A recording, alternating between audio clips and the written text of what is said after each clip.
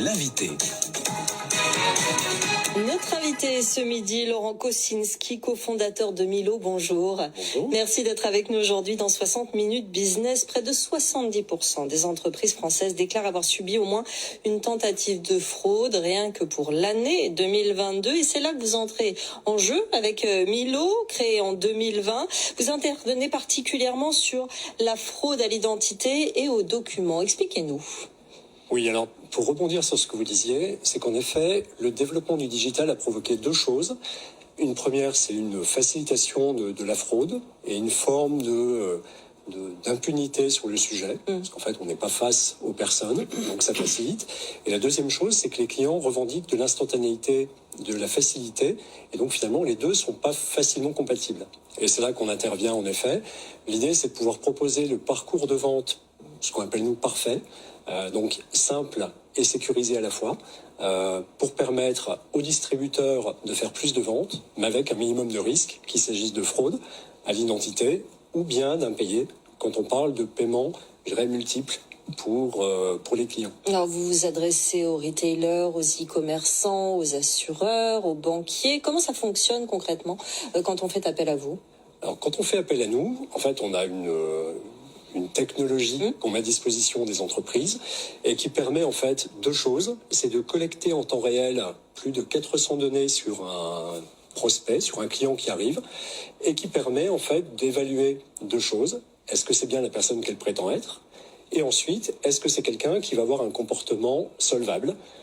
Et donc l'idée, c'est de pouvoir donner sa chance à chacun et de laisser de côté les fraudeurs pour éviter les pertes. Et d'où vous voulez tirer ces données ?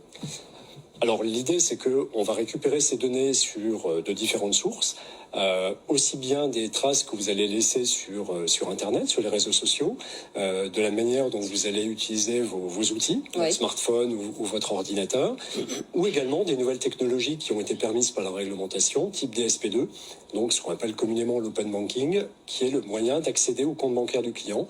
Tout ça évidemment, avec son consentement. Oui. Et évidemment RGPD compatible, donc on respecte la réglementation. Jean-Marc. Oui, en particulier les rapports avec la CNIL, je suppose que vous avez été agréé d'une façon ou d'une autre pour accéder à ces informations, ou est-ce que normalement on peut le faire comme ça sans... Alors, il y a ce que la technologie permet, oui. Est-ce qu'on fait... La loi permet, oui. Est-ce que la loi permet, tout à fait. Aujourd'hui, nos clients, vous l'avez dit, sont des grands groupes bancaires, d'assurance ou encore de distribution.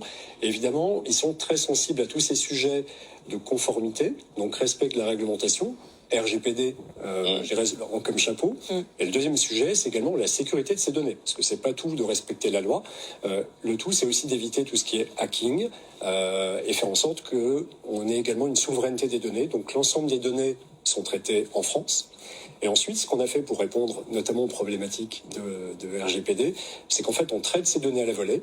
Et ensuite, chez nous, toutes les données nominatives sont supprimées instantanément. Vous servez de l'intelligence artificielle, on l'a dit, de l'open data également. Vous êtes nombreux sur ce secteur, sur ce créneau. Vous avez beaucoup de concurrence en France ? Alors en fait, il y a un certain nombre d'acteurs qui sont en particulier aux États-Unis, et pour lesquels la réglementation d'ailleurs est un peu une difficulté.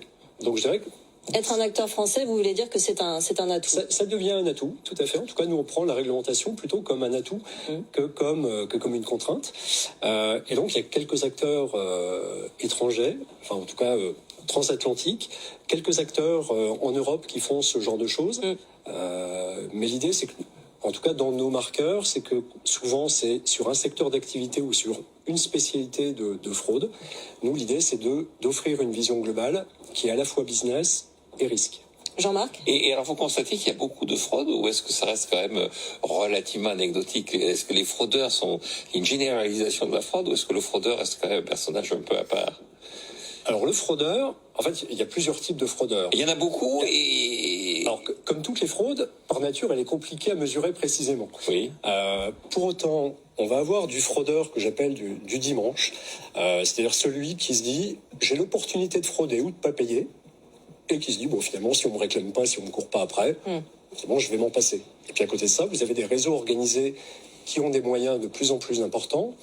ou parfois aujourd'hui, ça va jusqu'à racheter une entreprise inactive pour la réactiver et ensuite faire une espèce de casse une sorte d'interface. de marché. Oui, Tout à fait. En fait, il crée une légende d'une entreprise réelle et avec laquelle ils vont aller récupérer des voitures, souvent premium, du matériel industriel qui ensuite va être dispersé aux quatre coins du monde. Alors, vous travaillez pour Sofinco Boulanger, par exemple, ça fait partie de votre dizaine de clients, et vous venez de lever 3 millions d'euros. Quel est l'objectif après ça? Est-ce que vous allez recruter? Est-ce que vous allez partir à l'étranger? Est-ce que vous allez continuer en R&D? C'est un peu ça le projet. Ouais, tout à fait. En fait, on fait cette première levée après 2 ans d'activité sur lesquels, finalement, ce qu'on en retient aujourd'hui, c'est que les fondamentaux sont solides. En fait, on est à l'équilibre depuis cet été. Et on a globalement quelques beaux clients, vous en citiez quelques-uns. Et l'objectif maintenant, c'est de se dire, OK, on a des fondations solides. Maintenant, allons plus loin. Et donc, on a 3 axes qui sont clés. Un premier, c'est de, malgré tout, quand on est une start-up, rendre notre infrastructure encore plus industrielle, même si aujourd'hui on traite plus de 200 000 transactions tous les mois. Le deuxième, c'est la R&D, parce qu'en fait, notamment en matière de fraude et on est data, toujours en retard. Eh ben, l'objectif, c'est d'être au minimum en retard, et en tout cas de continuer la course avec eux et pas de se dire ça y est, c'est fait, maintenant je suis tranquille, ce qui serait pas une très bonne idée.